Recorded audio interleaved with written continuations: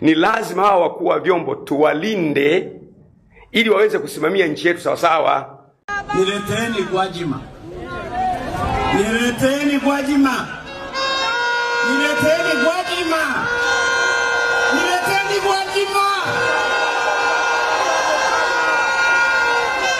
Ni lazima hawa wakuu wa vyombo tuwalinde ili waweze kusimamia nchi yetu sawa sawa. Tuwe na future iliyojaa baraka, na pia damu kumwagia katika nchi ni laana pia. Tunaiingiza nchi yetu kwenye laana. Nitoe mfano. Mimi natoa mifano ya kueleweka. Mfano kama huu, nikupe mfano kama huu. Na rafiki yangu mtoto wa Mama Samia Suluhu Hassan anaitwa Abduli. Rafiki yangu nampenda na mheshimu. He's my friend. Natoa mfano sasa. Ikatokea Abduli, mtoto wa Mama Samia, wa mwenyekiti wangu. Wamekuja watu wamemchukua, wameondoka naye. Kesho kaokotwa hana macho. Unachukuliwa kwenye basi na watu wanaona, kesho unaokotwa huna macho. Sasa how would you feel? Utajisikiaje? Ikatokea mtoto wa Askofu Gwajima. Mtoto wa Askofu Gwajima, Jordan, amechukuliwa, ameondoka naye, kesho anaokotwa hana macho.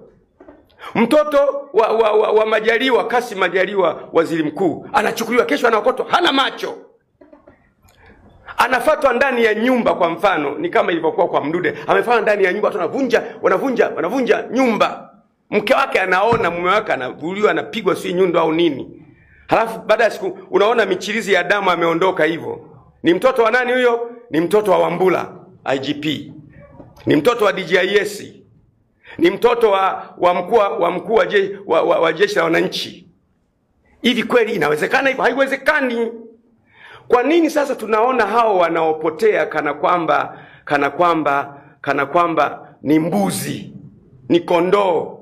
Lazima tufike wakati, mimi naamini si vyombo vya dola vinavyofanya haya, kwa sababu vyombo vya dola they are competent enough kufanya mambo bila kuacha trace. Chombo cha dola kinajitambulisha kwenye hoteli ya kimataifa kama Serena, sisi ni polisi toka ndani. Halafu huyu mtu amekuja kuokotwa kesho. Huyu dada wa Kiganda huyu Agata Atuhaile anasema, nimeona kwenye YouTube, hata amevuliwa nguo zote. Halafu anapigwa sehemu za siri na watu waliojitambulisha kama vyombo vya dola. Hiki kitu ni aibu kwa nchi. Hatuwezi kuwa na watalii siku zijazo. Hoteli zetu haziwezi kuaminiwa, mahusiano yetu yanaharibika. Mimi siwezi kukaa kimya. Wale mnaokaa kimya kaeni. But I can't take it. Siwezi mimi kukaa kimya. Tanzania ni yetu sisi sote. Tanzania kwanza, anything else follows. Kwa hiyo ushauri wangu ni huo. Panapotokea kwa mfano kama nilivyosema niseme kwa mfano mkuu wa idara ya usalama wa taifa na msaidizi wake na walio chini yake ambao ni wateule wamepinga jambo ambalo wanaliona lina maslahi kwa nchi, si wanaondoka? Anakuja mwingine anapinga, anaondoka. Anakuja mwingine anapinga, anaondoka. Tutakuwa na idara za usalama ambazo sio stable. Lazima tuilinde nchi yetu.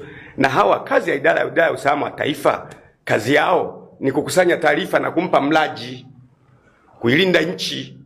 Sasa kama hawa wa kuilinda nchi hatujawekea mazingira wailinde nchi na wabaki salama, hatuna nchi siku zijazo.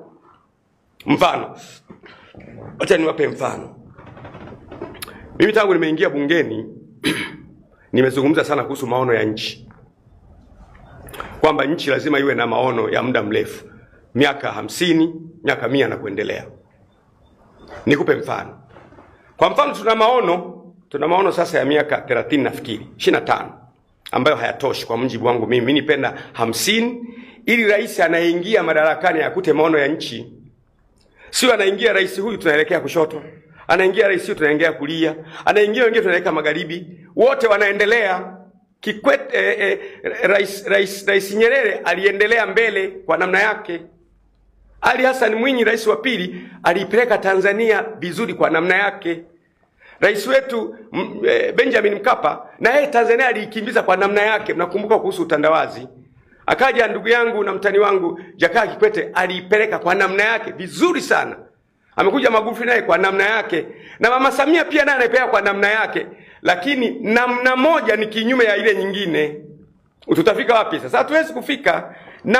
Namna moja kama iko kinyume na ile ya pili, maana yake kushoto, kulia, magharibi, kaskazini, hatuwezi. Lazima patikane mtu wa vision ya nchi itambulike, na rais anakuwa mwajiriwa wa maono ya wananchi.